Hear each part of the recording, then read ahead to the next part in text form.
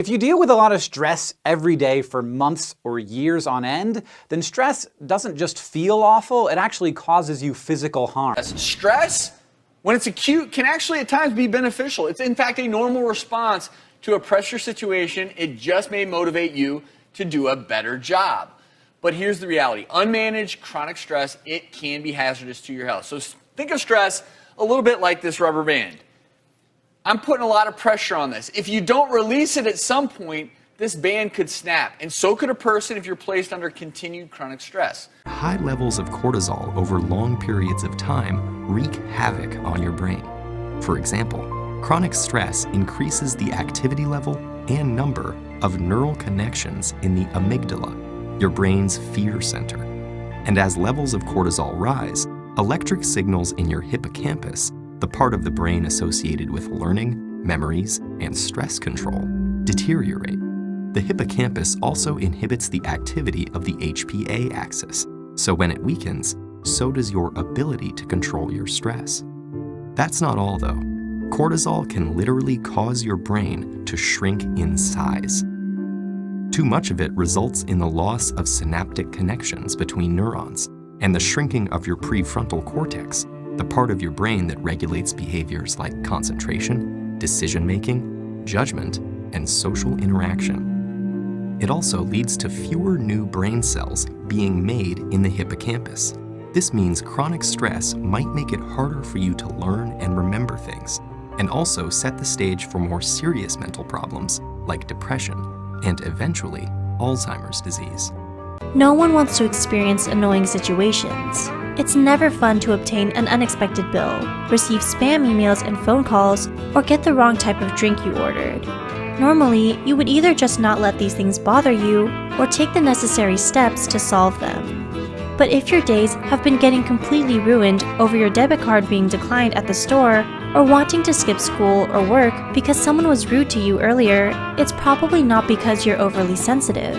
There's just so many problems backed up in your mind that just one more piece of bad news feels like enough to blow your head off. Stress is a feeling we all experience when we are challenged or overwhelmed.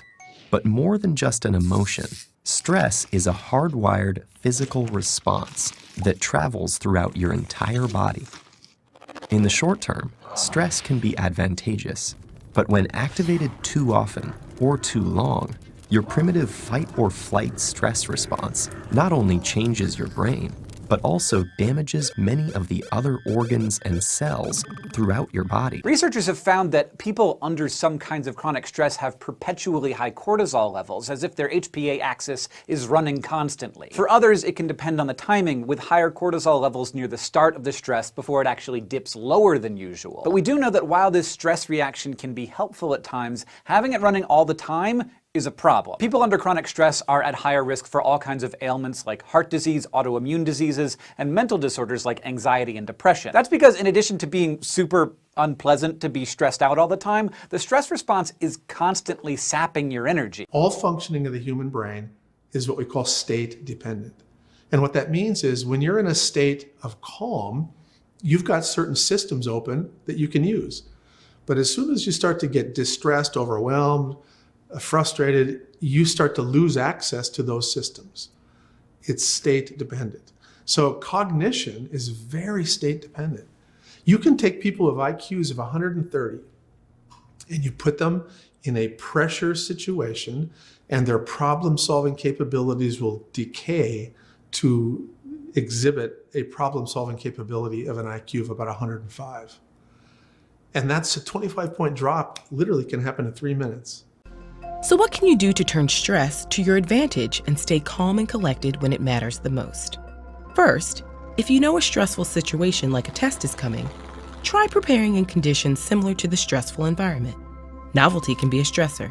Completing practice questions under time pressure, or seated at a desk rather than on a couch, can make your stress response to these circumstances less sensitive during the test itself. Exercise is another useful tool. Increasing your heart and breathing rate is linked to chemical changes in your brain that help reduce anxiety and increase your sense of well-being.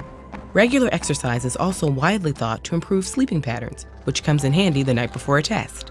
And on the actual test day, Try taking deep breaths to counteract your body's fight, flight, freeze response.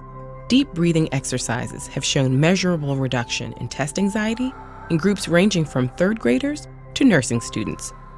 So the next time you find your mind going blank at a critical moment, take a few deep breaths until you remember ataraxia, a state of calmness, free from anxiety. To stay healthy, the best thing you can do is get rid of chronic stress, but easier said than done. If you can't get rid of it completely, things like meditation and relaxation therapies can help lower your stress response. And weirdly enough, so might changing how you think about stress. Studies have shown that when people think about the source of stress as a challenge to overcome instead of a threat to their well-being, that seems to lower their perceived stress and reduce their body's physical response. There's another way you might be able to improve your health too: help others reduce their stress. In a sample of over 800 older adults, those with high stress who also reported helping friends or neighbors with things like housework or childcare had mortality rates similar to those with low stress, whereas those with high stress who didn't help out had reduced odds of survival. So chronic stress is not good for anyone, but even if you can't avoid being stressed out all the time, there are ways to help yourself relax, and sometimes you can even reduce other people's stress in the process. There are many ways to reverse what cortisol does to your stressed brain. The most powerful weapons are exercise and meditation, which involves breathing deeply and being aware and focused on your surroundings. Both of these activities decrease your stress and increase the size of the hippocampus, thereby improving your memory.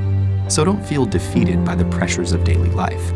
Get in control of your stress before it takes control of you.